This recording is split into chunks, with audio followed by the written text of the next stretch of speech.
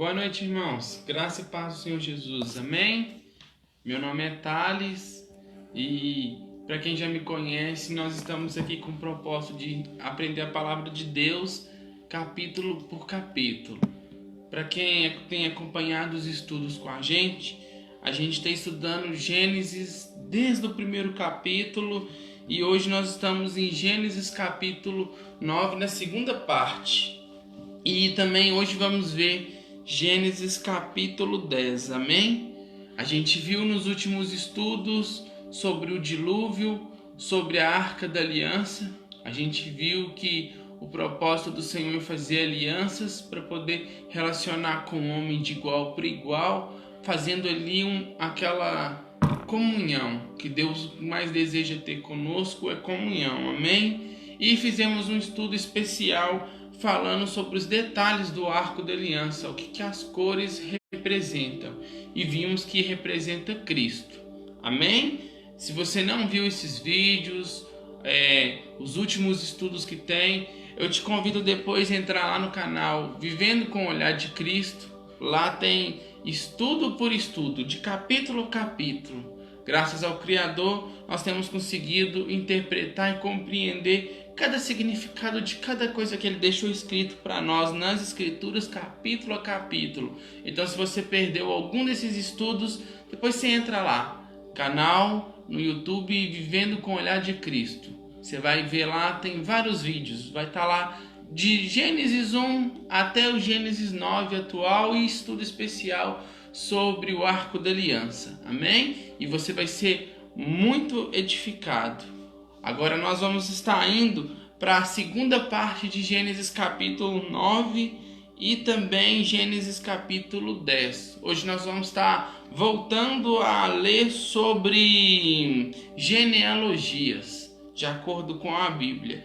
Eu fiz essa separação assim, irmãos, a segunda parte do capítulo 9 com o capítulo 10. Por quê? Porque essa segunda parte do capítulo 9 vai relacionar com o 10 todinho. Lembrando que a escritura, como ela foi escrita em capítulo e versículos, foi praticamente já dentro da época do latim, já na época da igreja, quando foi escrita a primeira Bíblia. Antes disso, não havia essa divisão por capítulos.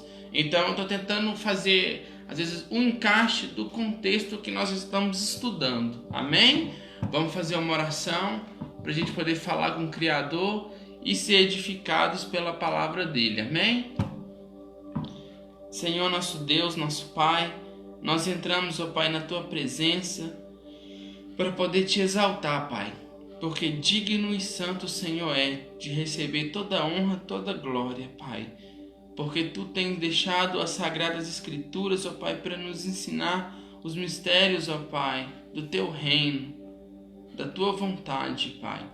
Através das Escrituras nós podemos conhecer o Senhor, conhecer a sua vontade e sermos mortificados por ela. Ela é única, ela é inspirada, ela é infalível e ela é inerrante, Pai. E nós agradecemos, ó Pai, porque ela é o manual da qual nós usamos, ó Pai, para poder seguir os teus caminhos, ó Pai. Por isso o salmista falava que lâmpada para os pés era a sua palavra, Pai, e luz para os caminhos, porque ela nos ilumina os nossos caminhos no meio da escuridão, Pai, nos fazendo nos aproximar cada vez de Ti, Pai.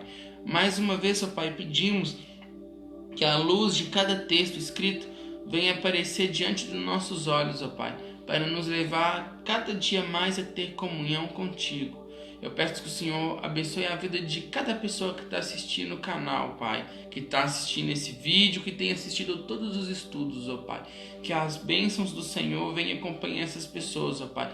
Que elas venham ser abençoadas com um entendimento, Pai. Um entendimento claro da Tua palavra, Pai. E serem transformados por ela, Pai. Que elas venham Te conhecer verdadeiramente, Pai. Pela essência de quem o Senhor é. É o que nós pedimos, Pai, em nome de Jesus. Amém. Amém? Então, nós vamos começar hoje a partir do capítulo de Gênesis, capítulo 9, do versículo 19 em diante. E depois vamos ler o capítulo 10 inteiro. Amém? E diz assim, se você está com a sua Bíblia, abre aí comigo para você poder acompanhar. Ou você abre no seu tablet, no seu telefone, mas fica à vontade para poder acompanhar com a gente a palavra do Senhor. Amém? Diz assim, versículo 19: Estes são os 3 filhos de Noé, e por eles toda a terra foi povoada. Observa bem, e por eles toda a terra foi povoada, por 3 homens, 3 filhos de Noé. E no versículo 20 diz assim: E Noé começou a ser lavrador, e plantou uma vinha. E ele bebeu do vinho, e ficou embriagado. E ele ficou desnudo dentro da sua tenda. E Cã, o pai de Canaã, viu a nudez de seu pai, e contou a seus 2 irmãos que estavam fora.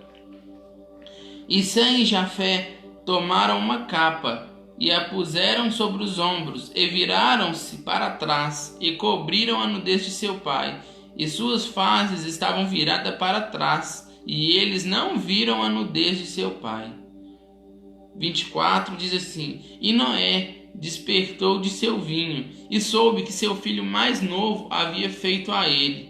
E ele disse: Amaldiçoado seja Canaã, servo de servos ele será para seus irmãos. E ele disse: Abençoado seja o Senhor, Deus de Sem, e Canaã será seu servo. E Deus alargará a Jafé, e ele habitará nas tendas de Sem, e Canaã será o seu servo. E Noé viveu depois do dilúvio 350 anos, e todos os dias de Noé foram 950 anos, e ele morreu. Também não chegou a fechar o milênio, porque o milênio para o Senhor é como um dia. Por causa do pecado, ninguém nessa vida vai ver um dia do Senhor. Amém?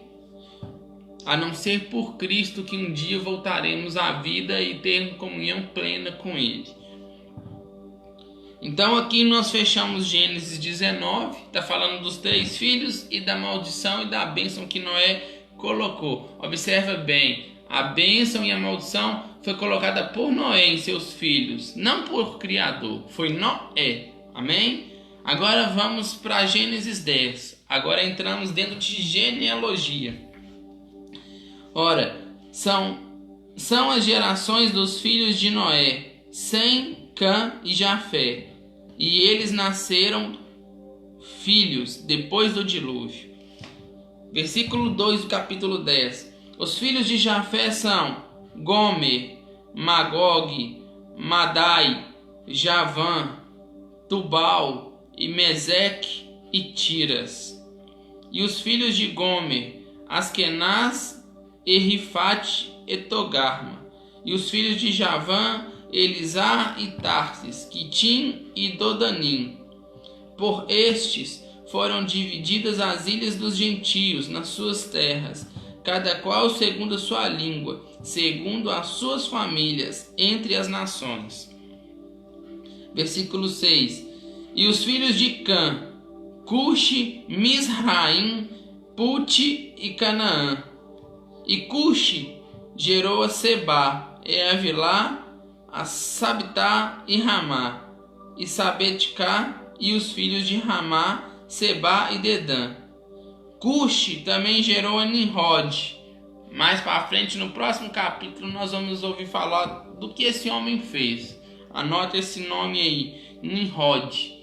Ele tem o nome dele, a pessoa dele tem uma tipificação muito importante dentro da escritura. Toda vez que dá o nome de alguém é porque quer falar referente a algo, um acontecimento. As escrituras são assim. Amém? Versículo 9 já fala o que ele foi. Nimrod, ele foi um caçador poderoso diante do Senhor.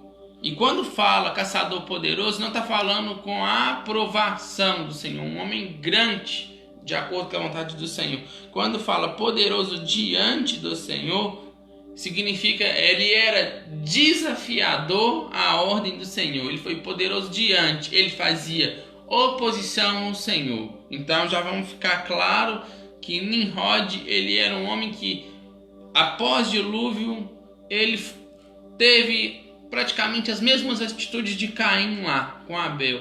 Atitude de se opor a Deus, se opor à vontade do Criador. Amém? Por isso que foi dito, como Nimrod, poderoso caçador diante do Senhor.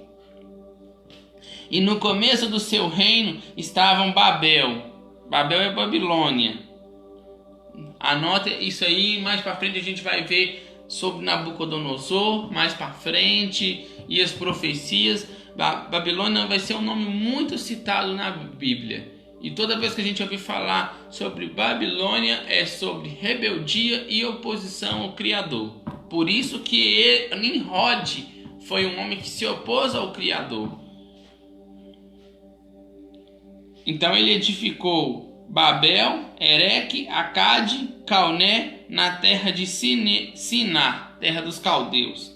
Daquela terra saiu para a Síria e edificou a Nínive. Guarda esse nome aí também. Ele edificou outra cidade. O povo assírio foi um povo que desafiou ao Senhor desde o início.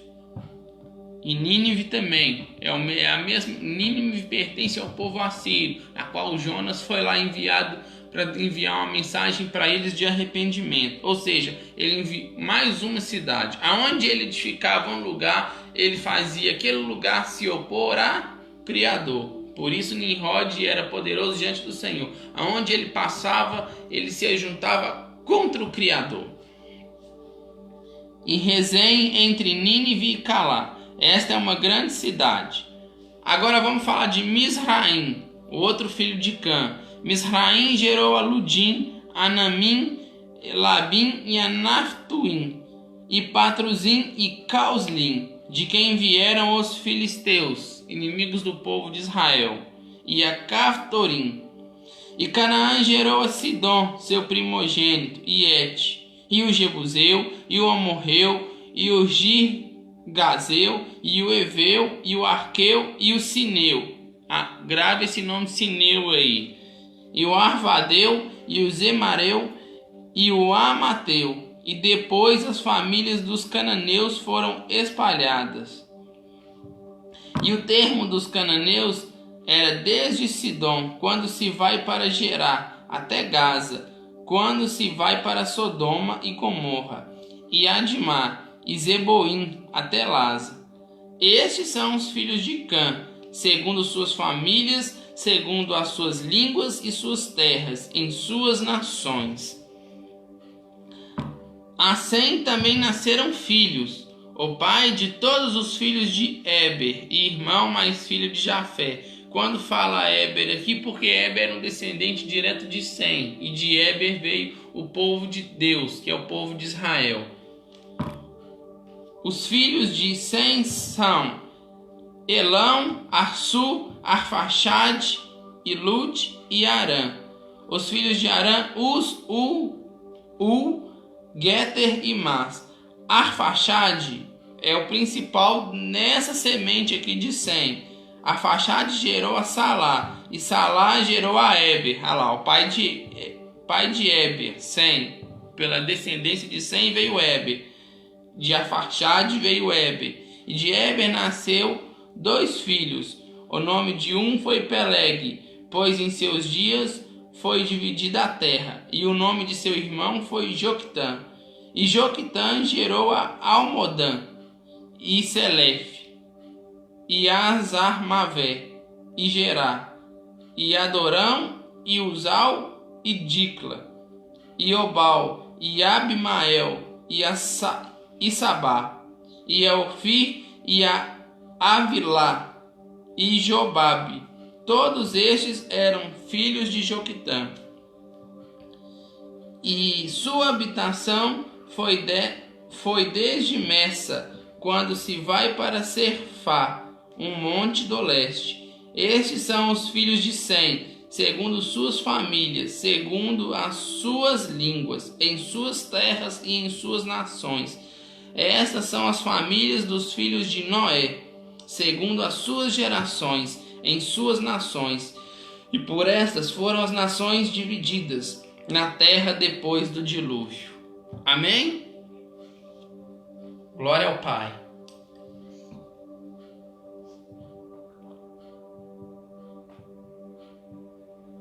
Você deve estar pensando assim, mais uma vez a gente está estudando genealogia. Por que essas genealogias são colocadas na Bíblia? Quantas vezes a gente lê e a gente fica lendo que fulano foi pai de fulano, que foi pai de ciclano, que foi pai de beltrano, e a gente fica sem entender, correto? E são textos que não se vê muito sendo ensinados, se querem nas igrejas, se querem nas escolas dominicais, não é assim?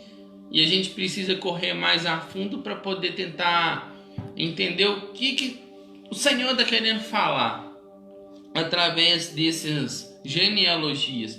Mas saiba que letra por letra e vírgula por vírgula que foi colocado dentro das Escrituras, mesmo dentro de uma genealogia, tem motivo.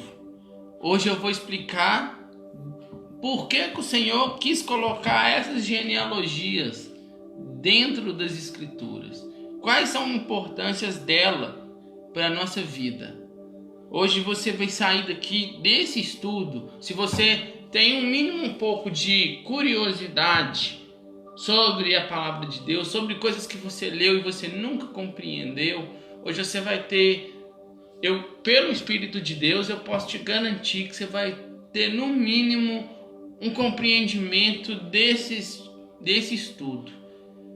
Quando você olhar para esse capítulo de Gênesis 10 falando sobre genealogia, você vai saber exatamente o que o Senhor está querendo falar para você. Nunca mais você vai ter esse tipo de dúvida. Amém? E o propósito do capítulo 10 de Gênesis é falar sobre a inspiração, a infalibilidade e a inerrância da Escritura. O que são essas três coisas? A inspiração significa que a Bíblia de Gênesis a Apocalipse ela foi completamente inspirada por Deus. Os autores que escreveram cada livro, eles só escreveram segundo aquilo que o Espírito de Deus falava para eles, dentro do coração deles. Então isso chama inspiração. Assim como um artista tem inspiração para fazer um belo quadro, para fazer uma obra no barro, na argila, assim foi as Escrituras. O Senhor inspirou os escritores a escrever aquilo que Ele queria que fosse escrito. Por isso cada vírgula tem um valor dentro das Escrituras. A infalibilidade se fala de autoridade. Se ela é inspirada por Deus, significa que ela tem toda a autoridade para poder nos corrigir. Então a gente não pode tirar a vírgula da palavra de Deus para poder levarmos a nossa vida do jeito que nós queremos. E a inerrância significa que se ela tem autoridade e ela é inspirada, é porque ela não contém um erro. A Bíblia não erra, meu querido. De Gênesis a Apocalipse, ela é 100% correta. Às vezes eu e você tem textos que a gente não gosta de ouvir e a gente acha que não é agradável, que a Bíblia está errada. Eu sinto em te dizer isso porque isso vale para mim também. Não é a Escritura que tem que se encaixar na nossa vida. Somos nós que temos que nos adequar à Escritura. Para isso a gente tem que estar atento ao que o Espírito de Deus nos diz e ele gera um arrependimento. A Escritura aponta para nós o erro daquilo que nós estamos praticando de errado contra Deus. E ao mesmo tempo ela nos ajuda pelo Espírito de Deus a andarmos de acordo com a vontade do Criador. Então a Bíblia não é acusadora. Ela identifica o teu erro e te apresenta uma solução. Amém? Assim funciona as Escrituras. E o propósito do capítulo 10 de Gênesis é mostrar a inspiração, a infalibilidade e a inerrância das Escrituras. Um capítulo dá uma contestação para toda a Escritura. Tem um versículo na Bíblia que fala assim, ninguém que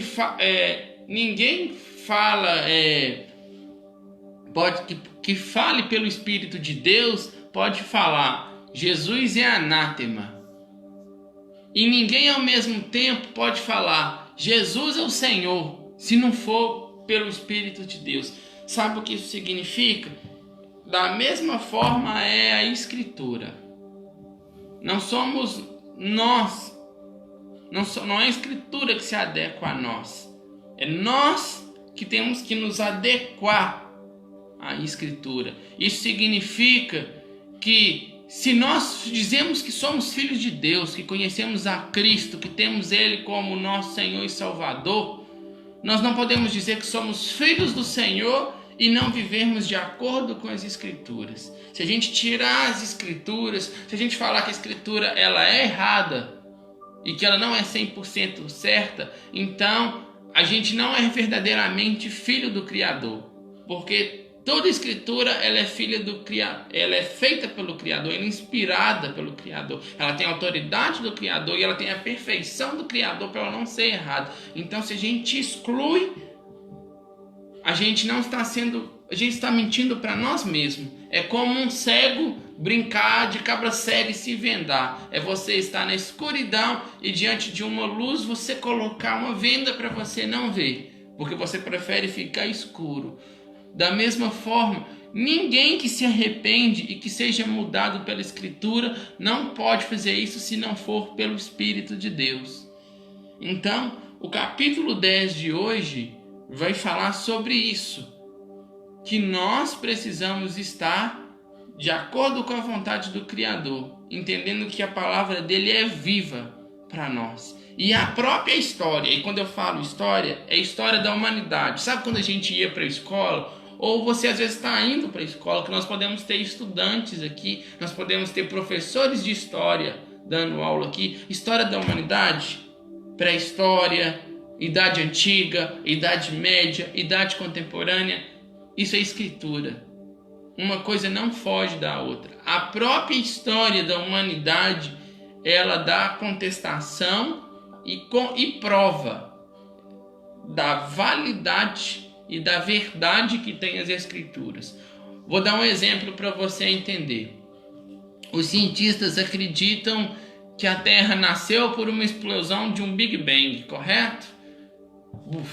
E aí apareceu e tudo começou a ser formado. É essa ideia errada? Claro que não. Essa é uma ideia certa. O errado é quando você tira ela de dentro da Bíblia, porque essa ideia é baseada, se você juntar ela com Gênesis 1, no versículo 1 e 2, ela é a mesma coisa. Quando Deus disse, haja luz e houve luz, não tinha nada, era um vácuo, um espaço vazio, e de repente, haja luz e houve luz. O que é isso? Big Bang. Para a gente é uma explosão infinita, mas para Deus é só uma luz. Assim como para mim e para você, relâmpagos numa chuva forte causam impressão e terror pelo barulho, pelo estrondo, pela claridade, para o Criador é só uma luz. Se o próprio livro de Naum fala que as nuvens são poeira dos pés dele, então a gente precisa compreender. A própria história humana vai contestar a verdade das Escrituras, o tanto que elas são fiéis e verdadeiras. Quando nós lemos a Escritura, eu preciso que você entenda. Nós não estamos contando um conto de fadas. Não era uma vez e um reino tão distante. É uma história real, de pessoas de verdade. E que pessoas que estão escritas, e a própria arqueologia comprova que essas pessoas existiram e elas vieram de uma descendência, e essa descendência está contada dentro da Bíblia. Então, a genealogia de Gênesis 10, ela mostra a verdade das Escrituras. Amém? Hoje eu vou aguçar a sua curiosidade. Nós não vamos ter tantos versículos hoje como nós temos, mas nós vamos ter algumas informações muito importantes. Só para você ter uma ideia, não fiz o estudo quarta e quinta porque eu estava estudando para montar. Eu precisei procurar na história geral da humanidade e eu precisei pesquisar até a Wikipédia no Google para poder buscar a história geral para achar o encaixe do contexto. E eu achei o encaixe do contexto que a história humana geral ela encaixa com os eventos da Bíblia. Amém? Vamos lá para você ver. Presta atenção. Gerações de Jafé. Jafé gerou a Gomer. Gomer gerou Askenaz, Rifate e Togarma. Presta atenção o que a história da humanidade mostra de povos que descenderam dos filhos de Gomer. Estes 3 filhos de Gomer vieram a ser chamados de Gomarins ou Cimérians. Então, de Gomer vieram uma civilização antiga chamada de Cimérios. Você pode pesquisar no Wikipedia, você pode pesquisar no Google, você pode procurar em livros de história que você vai ouvir falar sobre eles, povos da antiguidade. E os Cimérios foram um dos povos da antiguidade, descendentes de quem? De Gomer, filho de Jafé, filho de Noé. Então, o primeiro ponto que mostra a veracidade da Bíblia, a verdade que ela tem, que todas as nações do mundo hoje e todos os povos da antiguidade descenderam dos filhos de Noé. Não é um conto de fada, é uma verdade e a própria história está aí para poder provar. Eles eram chamados de Cimérios, habitantes das atuais regiões da Ucrânia, Rússia e Mar Negro. Olha onde que esse povo foi. Foram gerando várias comunidades dessa civilização em regiões onde é a atual Ucrânia, Rússia, Mar Negro. Eles também se estabeleceram na região da Galáxia, que faz parte da atual Turquia. Você lembra da carta de Paulo aos Gálatas? Paulo escreveu para os irmãos da Galáxia, que eram chamados de Gálatas, que eram descendentes de quem? Jafé. A própria história comprova. Amém? Então, olha de onde que veio o povo de Gomer. Agora vamos para Magog. Magog na Bíblia, gente, Magog faz uma referência muito forte à escatologia. Você vai ver sobre um rei chamado Gog, Magog, em Ezequiel, se não me engano, 39. Você vai ver lá em Apocalipse 20 também falando de Gog, quando ele se levantar contra o Criador. Mas hoje o meu foco não é falar de escatologia aqui. Escatologia é um assunto que nós vamos deixar mais para frente. Hoje nós estamos falando sobre a autenticidade da verdade das Escrituras, do tanto que ela é verdadeira e fiel. Então, nós não vamos entrar nesse assunto. Nós vamos estudar as genealogias e entender que as genealogias comprovam a verdade das Escrituras. Amém? Vamos deixar essa parte escatológica para depois, para uma outra hora. Então, vamos pensar em Magog. De Magog veio os povos citas. Você também pode pesquisar que você vai ouvir falar. Povos citas da antiguidade. De origem iranianas, língua, que se estabeleceram nas regiões do Mar Negro e do Mar Cáspio. De Magog descendem povos do Oriente Europeu e da Ásia Ocidental, no atual Oriente Médio, Irã, Geórgia, Armênia, Azerbaijão e etc. Todos esses locais de hoje, é claro que eu não estou falando que o povo é 100% descendente de Magog, filho de Jafé, gente. Vamos pensar um pouco, porque houve mistura das raças. Mas eu estou falando que esse povo habitou locais que são essas regiões. Então, a possibilidade dessas nações terem, sim, descendente do sangue de Jafé. Isso só comprova o tanto que a Bíblia é verdadeira. Amém? Então, a gente já sabe aonde que eram que os povos citas, descendentes de Magog, eram dessas regiões. Irã, Geórgia, Armênia, Azerbaijão. Agora vamos lá, Madai. Madai era outro filho de Jafé, certo? De Madai vieram os Medos. Lá na frente, no livro de Daniel, a gente vai ouvir falar do Medo. E a história também, a história humana fala dos Medos, Império Medo-Persa. A história humana fala do Império Medo-Persa. É o império que depois da Babilônia veio e libertou o povo de Judeu. Sabe o rei Dario, da Bíblia de Daniel na Cova dos Leões? Dario era um rei Medo, do Império Medo-Persa. Amém? Então, a gente já sabe de onde que veio os Medos? De Jafé, por Madai. De Madai vieram os Medos, que fizeram parte do antigo Império Medo-Pérsia. Atualmente, estes pertencem ao povo do Irã. Então, presta atenção. Dentro do Irã, tem um pouco da mistura da descendência de Magog e Madai, no Irã. Tudo de Jafé.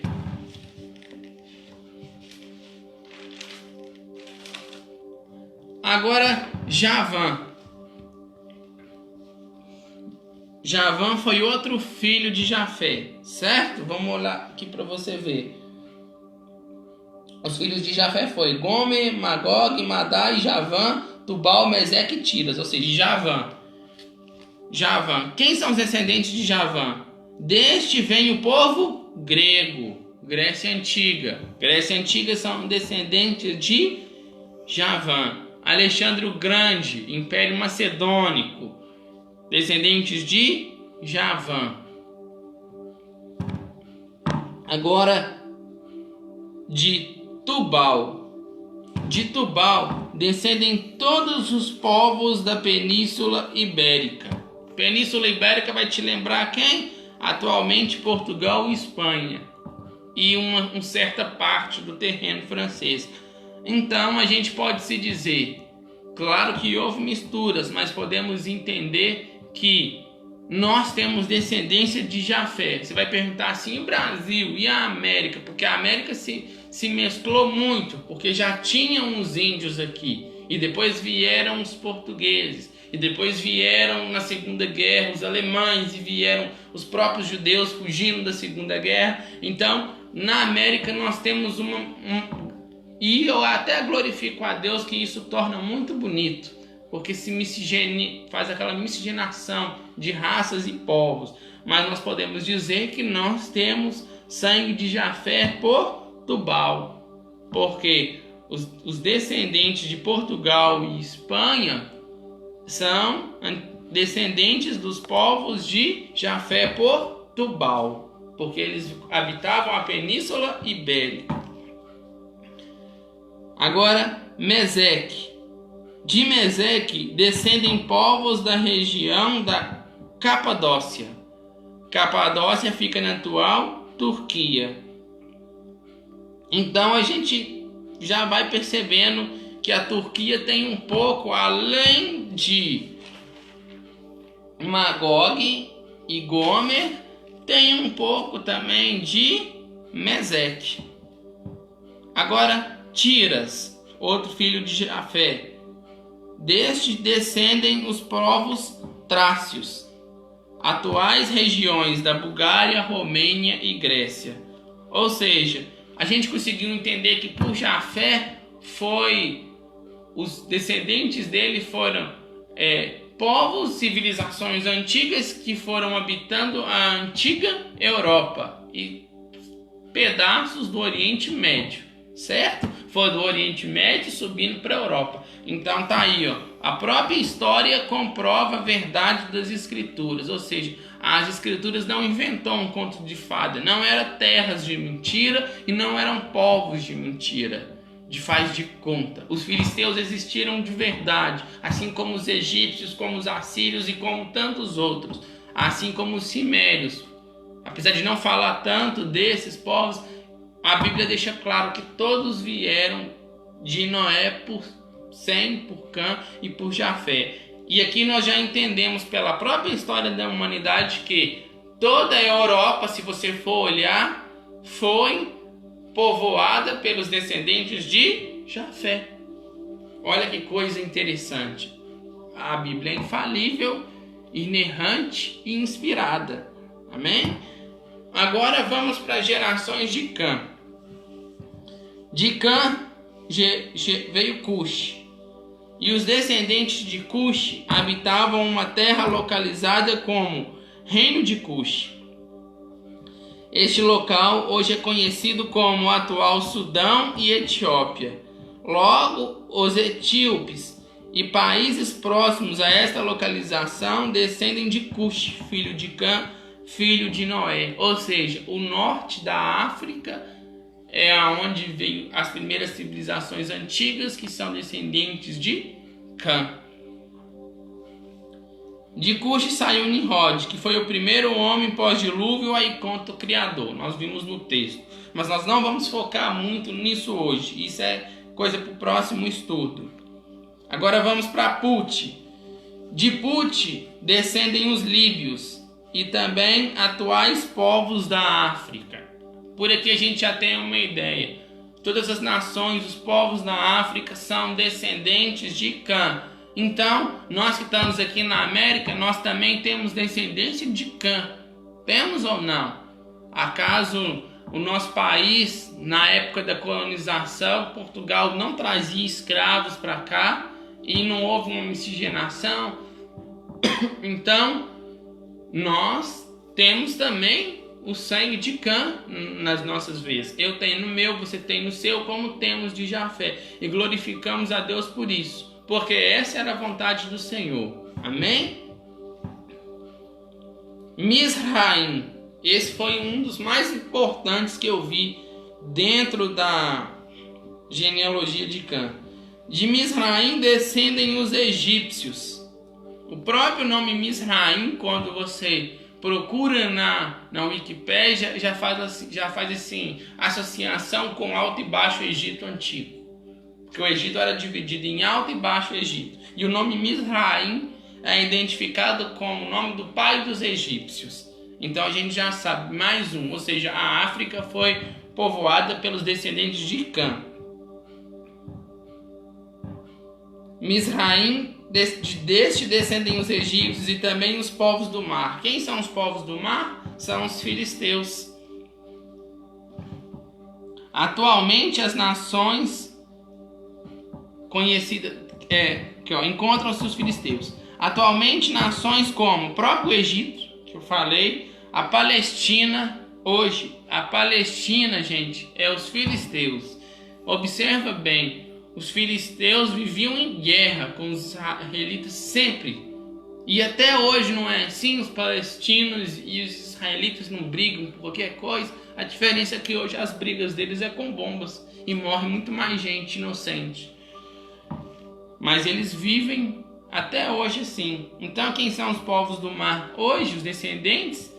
Palestina, Líbano, Jordânia. Pode olhar no seu mapa para você ver que os territórios é tudo território próximo ali daquela região do mar. E é deles que são os descendentes de Mizraim. Povos do mar como filisteus, como a Jordânia, o Líbano, todos eles pertenciam aos povos dos filisteus, entre outros. Agora, Canaã. De Canaã foi onde mais saiu. Canaã foi o que foi amaldiçoado, certo? Engraçado que Noé, quem viu foi Cã, que viu a nudez do pai, e em vez de ele amaldiçoou, foi Canaã, que é o neto. E Canaã foi o que mais veio povos. De Canaã descendem todos os povos cananeus. De Canaã descendem os sidônios. Você quer saber quem são os sidônios? Lembra de uma mulher chamada Jezabel, mulher do rei Acabe, que derrubou o templo do Senhor e começou a levantar postes para Baal dentro de Israel, que desafiava o Senhor. Precisou Elias ir lá e matar os profetas e invocar o nome do Senhor. Está lá em Reis. Então você quer saber de onde que veio os sidônios? Veio de Canaã. Jezabel pertencia ao povo sidônio. Deste também descendem os fenícios. De Canaã vem o povo fenício. E o povo fenício você pode procurar na história da humanidade, lá na história geral, na idade chamada de Idade Antiga, que na história da humanidade é dividida assim, pré-história Idade Antiga, Idade Média, Idade Moderna, Idade Contemporânea. Vai lá na Idade Antiga e pesquisa por civilizações antigas, você vai encontrar o povo fenício. Religião, cultura, hábito, tudo vai aparecer deles. Descendente de quem? Canaã. Ou seja, a história da humanidade, mais uma vez, comprova o quanto que as escrituras falam a verdade.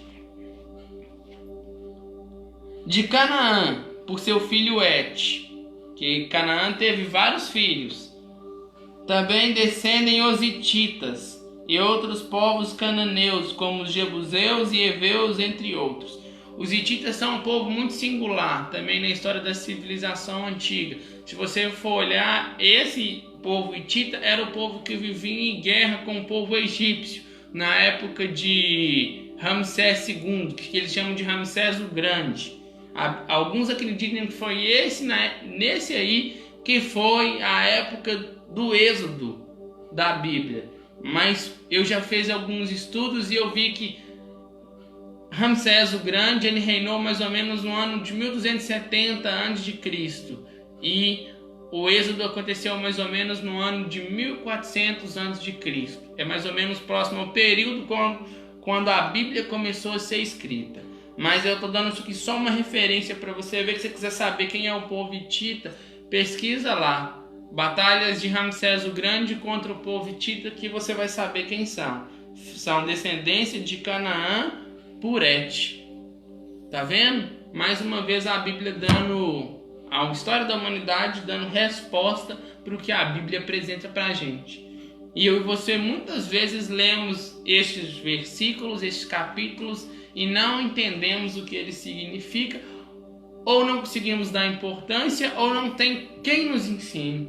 Mas eu posso dar uma palavra para você. Se você pedir o Criador, o Espírito Santo dele te dá a resposta perfeita para tudo o que você precisa. Amém? De Cã, por seu filho Canaã, também descendem os povos do extremo oriente. Presta atenção. China, Japão, Tailândia, entre outras. Essas nações descendem de Sim, filho de Canaã, que são chamados de sineus. Quer ver aqui na palavra de Deus? Vamos ver aqui, ó. O que está escrito aqui, ó, na parte de Canaã. Versículo 17. E o Eveu, e o Arqueu, e o Sineu. Sineu era por Sim. Sim, um dos filhos de Canaã, filho de Cã, filho de Noé.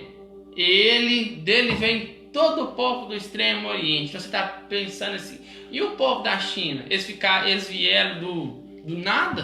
Como que eles vieram todos de Noé? Acontece que, se você for olhar, somente na América tinha o oceano separando, mas ali tudo num globo era um local só. E se você for olhar o contexto, a gente também tem que ver pelo lado da geografia da época, que a própria história conta que no início os continentes eram um só. À medida que foi passando o tempo, que as placas foram mexendo, os continentes foram se formando e separando. Então provavelmente os índios também descendem de Cã, porque a América está aqui bem perto da África, então veio descendo, depois separou e ficou isolada. E já os filhos de Sim foram avançando Ásia fora. Então você já sabe da onde que veio o povo da China, o povo do Japão, de Canaã, chamados sineus. Os sineus, presta atenção nisso aqui. Como que a Bíblia dá uma verdade sobre que o povo da China vem dos sineus e isso é uma verdade.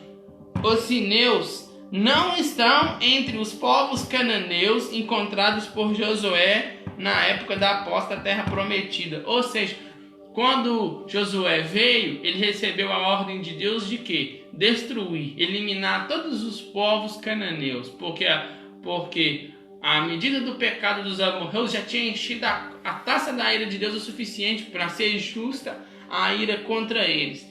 Mas o povo descendente de Sim, filho de Canaã, eles não estavam nessa terra lá. Por que eles não estavam? A terra já estava tão povoada, já tinha tanta gente, já tinha gente descendente de Canaã, já tinha gente descendente de Mizraim, já tinha gente descendente de outros povos, tinha até pedaços de Jafé, se você for olhar, por causa do Irã, tá ali no Oriente Médio.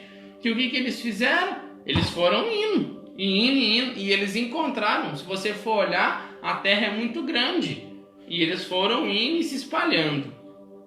Amém? Agora vamos para a geração de Sem. Então nós já sabemos que até a China vem descendente de Cã. E eu e você temos descendência de Cã por Sem, filho de Canaã, filho de Cã. Ou para o Brasil na Segunda Guerra não veio japoneses para cá. E em São Paulo não tem a segunda maior comunidade de japoneses do mundo.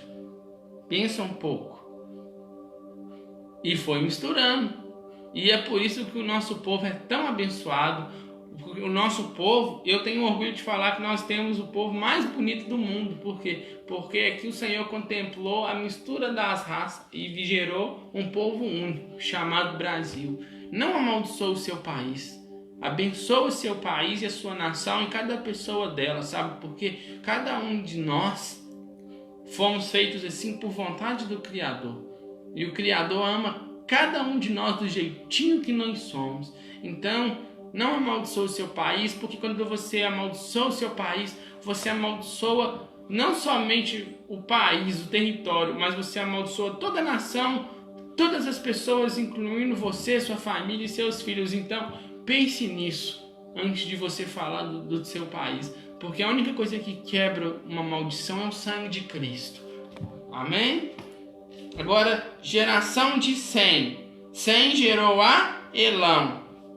De Elão descendem os persas. Toda vez que você vê falar na Bíblia a palavra Elão, está falando do povo persa, da qual veio o Império Persa, ou o Império Medo-Persa. Uma parte do Império Medo-Persa era descendente de Madai, que eram os Medos. O outro lado era descendente de Elão.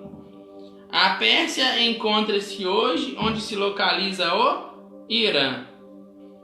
Observação: do Irã também se encontram os Medos, descendentes de Madai, filho de Jafé. Por isso o império era chamado de Império Medo-Persa. Ou seja, nós já entendemos que no Irã, o Irã hoje ele é descendente de uma mistura. Hoje nós somos muito misturados por civilizações antigas. Ou seja, o Irã tem descendência de Jafé, mas também tem descendência de Sem. Amém? Assur. De Assur veio o Império Assírio. Todo o povo do Império Assírio, quando você vê falar na história da humanidade, você vai ouvir falar muito do rei Sargão, Senaqueribe, Salmanassar. Você vai ver falar muito desses reis. Todos vieram descendentes de Assur, filho de Sem. Agora, Arfaxade.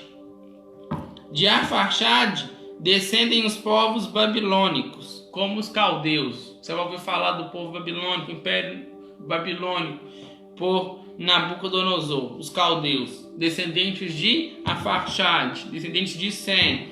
Mas o mais principal, dentro da descendência de Sem, por Arfaxade, vem o povo de Israel.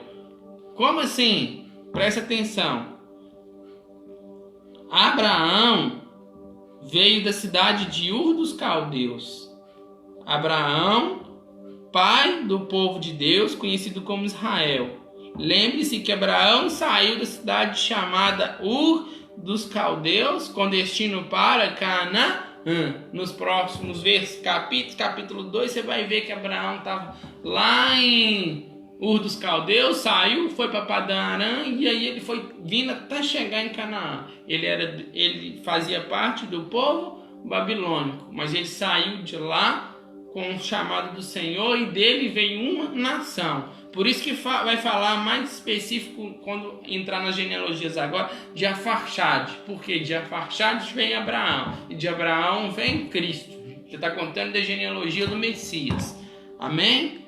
Então a gente já sabe de onde que veio o povo de Israel e de onde que vieram os antigos caldeus. E só para você saber, o povo babilônico, hoje a Babilônia é onde é o Iraque.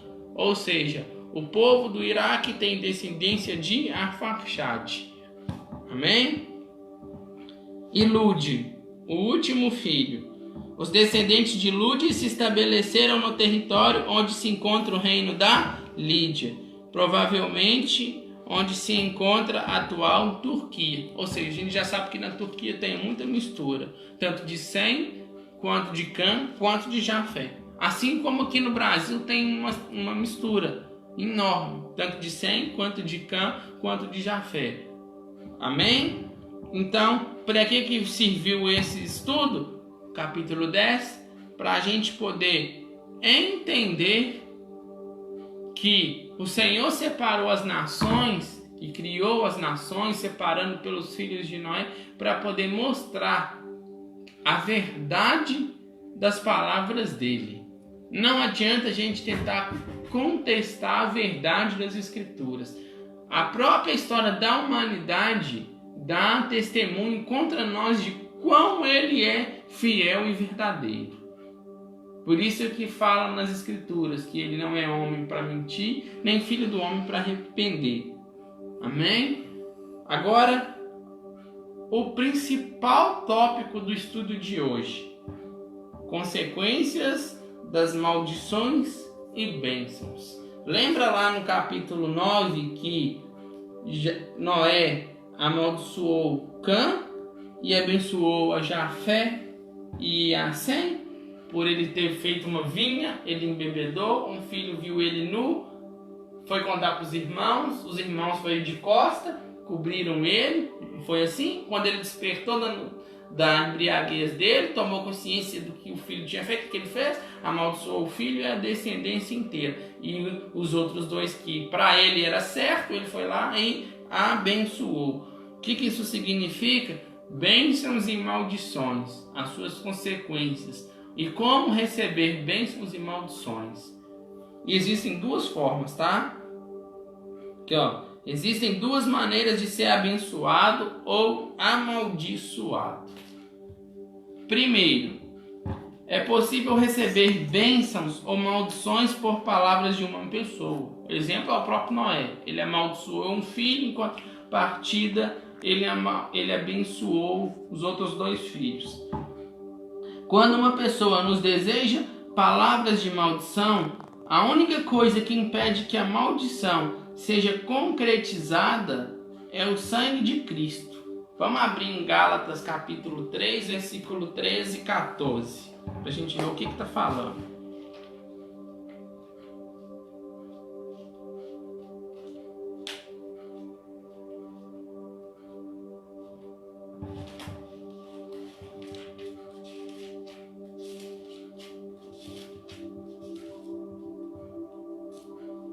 Diz assim, Gálatas capítulo 3, versículo 13 e 14. Cristo nos resgatou da maldição da lei, fazendo-se por nós uma maldição, porque está escrito: maldito é todo aquele que for pendurado em um madeiro, para que a bênção de Abraão pudesse vir sobre os gentios, por meio de Jesus Cristo, para que possamos receber a promessa do Espírito através da fé. Gente, essa é a parte do texto, do estudo todo para mim, que é maravilhoso, é como uma cereja do bolo, sabe por quê? Por causa do pecado, todos nós somos amaldiçoados, todos sem exceção, mas o sangue de Cristo recebe a maldição no nosso lugar e nos faz sermos abençoados. Por isso é que eu falo, uma pessoa pode desejar más palavras, pode até lançar más palavras contra você. A única coisa que vai impedir de concretizar aquela maldição na sua vida é o sangue de Cristo Jesus na nossa vida. Preste atenção. Em outras palavras, caso não aceitemos o sacrifício de Cristo e não vivermos debaixo do seu senhorio através da sua palavra, o que é senhorio? Senhorio de Cristo. Não é só ter Cristo como Salvador. Ele não só pagou um preço de sangue. Agora ele é seu Senhor. A vontade dele é a sua vontade. Então você tem que andar de acordo com a vontade dele. E qual que é a vontade dele? É boa, perfeita e agradável. O que é bom, perfeito e agradável? Aí nós vamos ter que estudar um estudo detalhadamente para saber qual que é a vontade boa, perfeita e agradável do Senhor. Mas só de início é andar de acordo com a palavra dele. A Escritura é a vontade do Criador. O que está escrito na Escritura é a vontade do Senhor.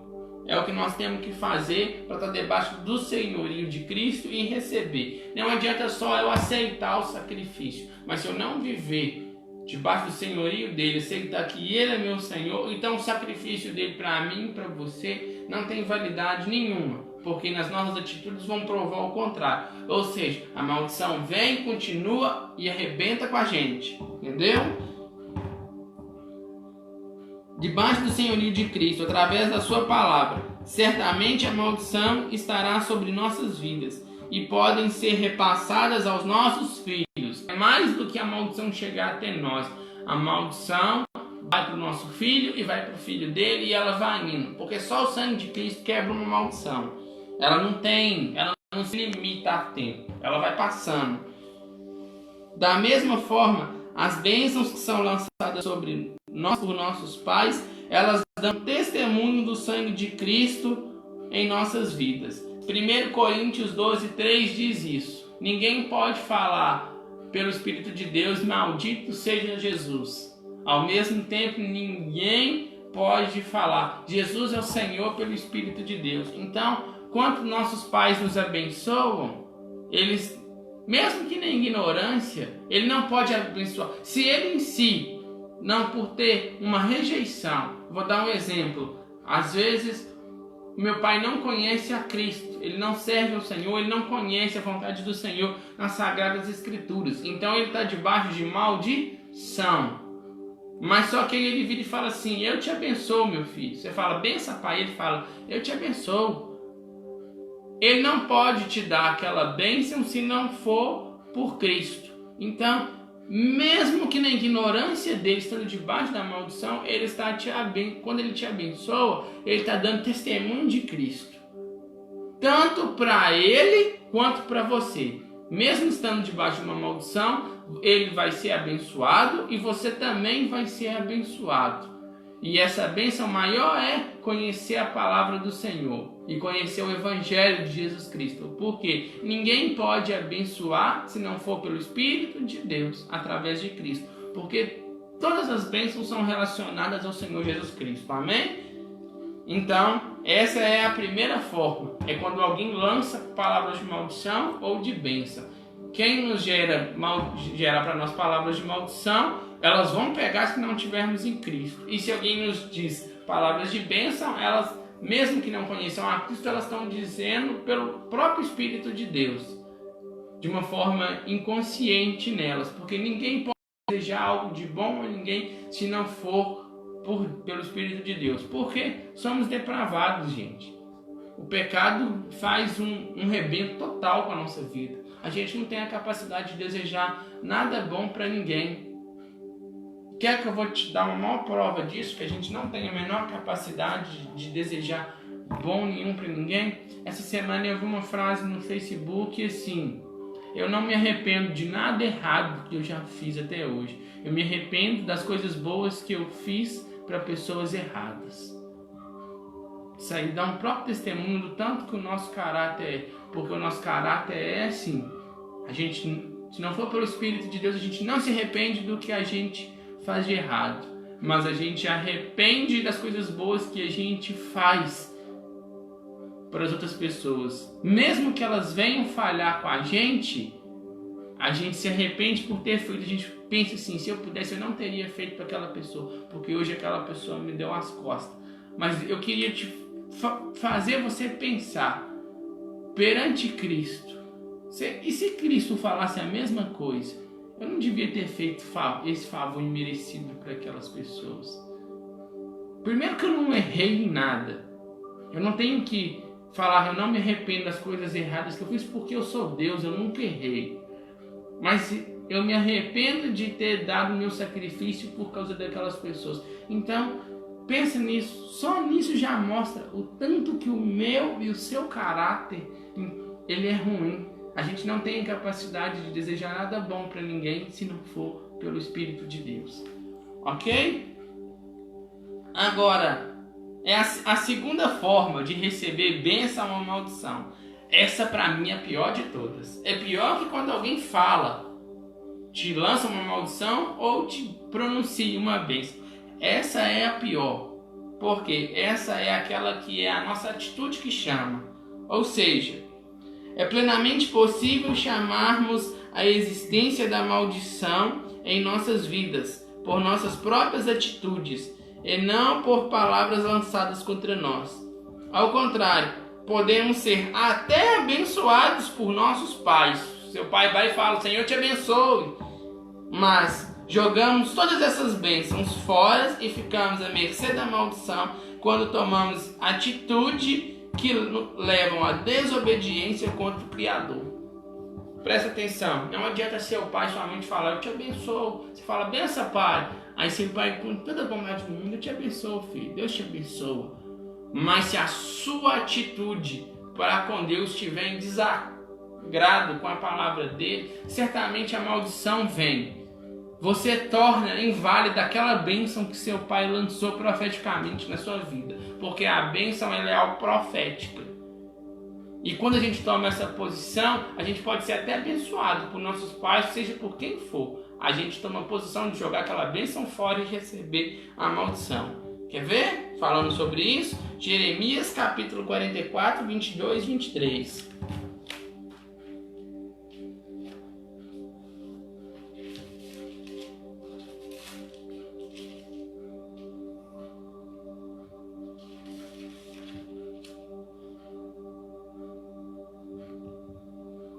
Olha o que o profeta Jeremias disse para o povo de Israel quando eles estavam em desobediência e eles ainda reclamavam com Jeremias, falando que eles iam se rebelar mesmo contra o Senhor, porque o Senhor não fazia por merecer a adoração deles. Olha o que Jeremias respondeu para o povo. Versículo 22 do capítulo 44 de Jeremias.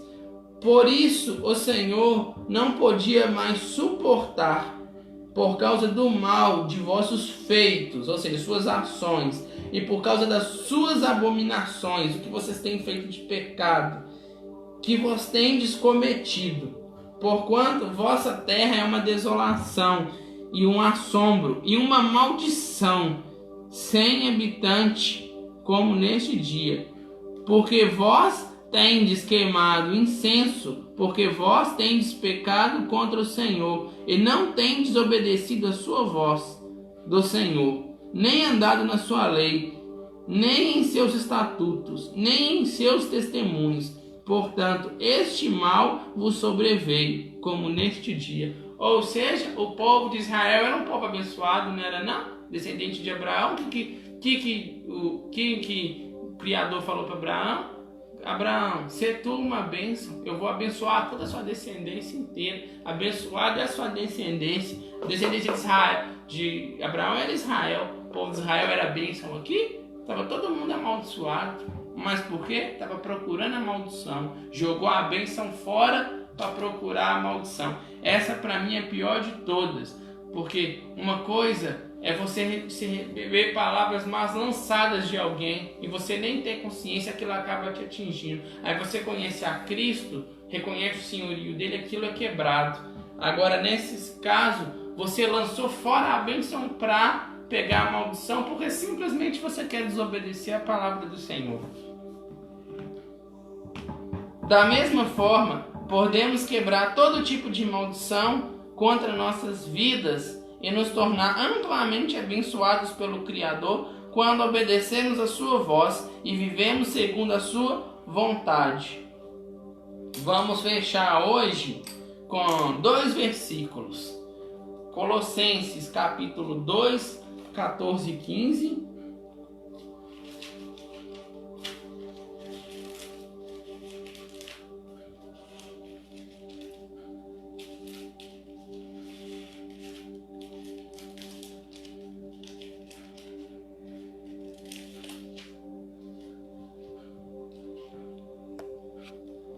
Colossenses capítulo 2, versículo 14 e 15.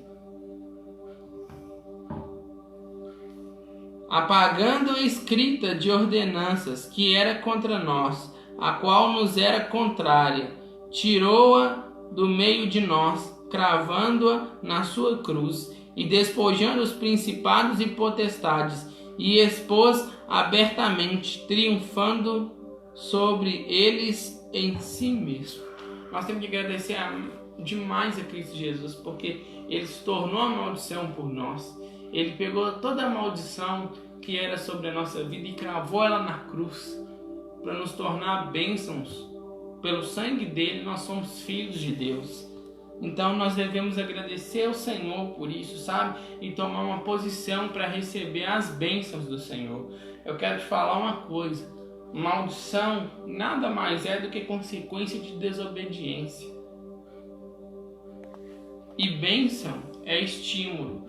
O Senhor não amaldiçoa ninguém, porque a maldição a gente mesmo atrai para nós quando tomamos postura em desobedecer a sua voz. Ele faz justamente o contrário. Ele cria a bênção, que é o contrário da maldição, para nos estimular a obediência, sabendo que nós temos uma inclinação terrível para ser desobediente, chamamos a maldição para a nossa vida. O que ele faz? Eu vou estimular esse povo a me obedecer, criando as bênçãos que vêm sobre nós. E ele ainda facilitou, pegando a maldição contra nós e cravando na cruz. Então, vamos glorificar o Senhor. Eu quero que você preste atenção, porque se você for olhar, Noé disse: bendito seja Sem. Foi Noé que abençoou a Sem. Bendito Senhor, alargue as tendas de Jafé e ele habite nas tendas de seu irmão Sem. E maldito seja Canaã. Todo o povo de Cã, descendente de Cão, era amaldiçoado. Todo o povo de Sem era abençoado. Todo o povo de Jafé era amaldiçoado. Olha aqui, eu quero que você olhe. Só vamos dar uns exemplos aqui para você entender. Magog é uma representação do anticristo. Magog, descendente de Jafé, que Noé falou: estenda as tendas na tenda de Sem e seja abençoado. Ele era abençoado? Ele tomou uma posição contrária ao Criador.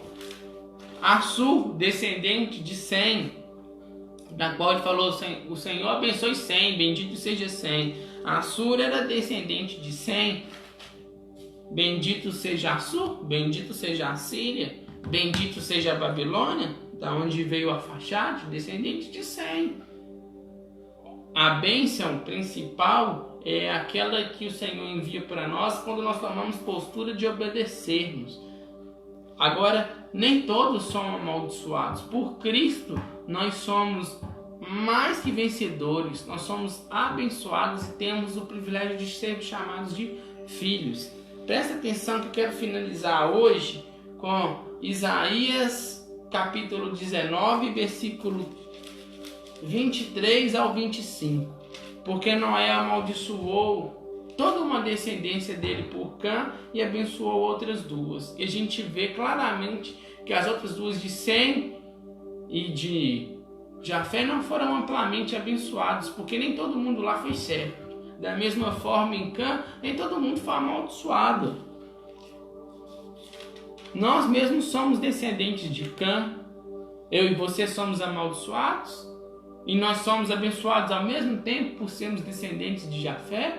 Olha as atitudes. Vai ler a própria história do Brasil. Bendito seja Jafé, pelas atitudes dos descendentes de Tubal na colonização do nosso país. Presta atenção no versículo que eu vou ler.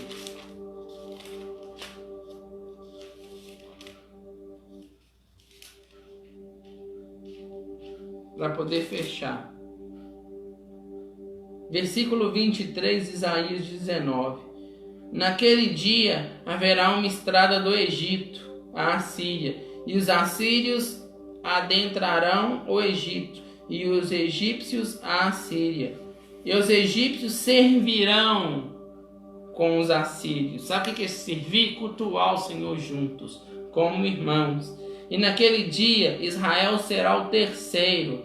Quando fala o terceiro aqui, não está falando de terceira importância como nação. Está falando de mediação. De fazer interligação, tratado de paz. Israel será o terceiro, e o Egito e a Síria. uma bênção no meio da terra. O quê? Uma bênção. Quem é uma bênção no meio da terra? Israel, Egito e Assíria. Israel de Sem, Egito de Cã e Assíria de Sem. Uma bênção no meio da terra. A quem o Senhor dos Exércitos abençoará, dizendo: abençoado seja o Egito, meu povo. Olha o que o Senhor chamou o Egito: meu povo. Abençoado seja a Síria, obra das minhas mãos. Abençoado seja Israel, minha herança. Então, o que o Senhor fez aqui? Ele abençoou. Sabe o que isso aqui significa? Significa eu e você. Quem faz a intermediação por nós? Cristo Jesus. E ele era descendente de Davi, de Israel. E nós que somos gentios, a Síria e Egito, que éramos maldição, nos tornamos obra das mãos. Meu só povo. Então nós nos tornamos bênção. Então, uma coisa que ficou claro nesse estudo de hoje, meu irmão. Primeiro, a verdade das Escrituras. A genealogia mostra o tanto que as Escrituras são fiéis e verdadeiras. E não há como contestá-las. E segundo, vamos tomar uma postura em Cristo Jesus e servi-lo com amor, com carinho, com devoção, segundo o que ele deixou para nós nas Escrituras. Porque desobediência ao Criador só vai gerar mais e mais maldição na nossa vida, nos nossos filhos. E ao contrário disso, ele tem nos dado estímulos à obediência. Nós vamos ser muito abençoados se obedecermos. Então, vamos tomar uma posição em Cristo, ser obediente ao Senhor e deixar que Ele fale no nosso coração. Amém? Esse foi o estudo de hoje, o estudo de Gênesis capítulo 10 e a parte B do capítulo 9, falando sobre genealogia. Acho que ficou bem claro. Eu acho que dá para todo mundo, pelo Espírito de Deus, compreender o que o Senhor quis falar para a gente através de uma genealogia, textos que a gente leu e nunca entendeu. Amém? Agora vamos pedir ao Senhor para que Ele continue nos usando e falando no nosso coração como Ele quer falar. Amém? Meu Deus, meu Pai, eu te louvo e te agradeço pela Tua palavra, Senhor. Mais uma vez o Senhor dá uma aula para nós, ó Pai, de como te buscar, de como te servir, de como o Senhor é fiel, verdadeiro e autêntico. Que o caráter do Senhor é único e não se pode comprar, não se pode barganhar contigo, porque teus pensamentos estão muito acima dos nossos, Pai. Vimos o quanto o Senhor é fiel e verdadeiro hoje. A própria história da humanidade, escrita pela história geral, comprova o quanto a tua escritura é fiel, extremamente fiel. E a tua escritura fiel nos leva à obediência para sermos abençoados. Até nisso o Senhor teve preocupação conosco. O Senhor não teve preocupação em nos amaldiçoar. Os nossos próprios atos geram isso. Ao contrário, o Senhor preocupa com bênçãos, nos estimular a te obedecer. Pai, é plenamente impossível para nós te obedecermos ou desejarmos algo de bom para quem quer que seja, se não for pelo Teu Espírito, Pai. Então modifica o nosso coração, Pai. Arranca dentro de nós esse coração pútrido, podre, de pedra, que não consegue pensar ou agir conforme a Tua vontade. Diante de Ti, reprovados somos todos nós. Não há nenhum de nós sequer com obras justas que Te agrade, Pai.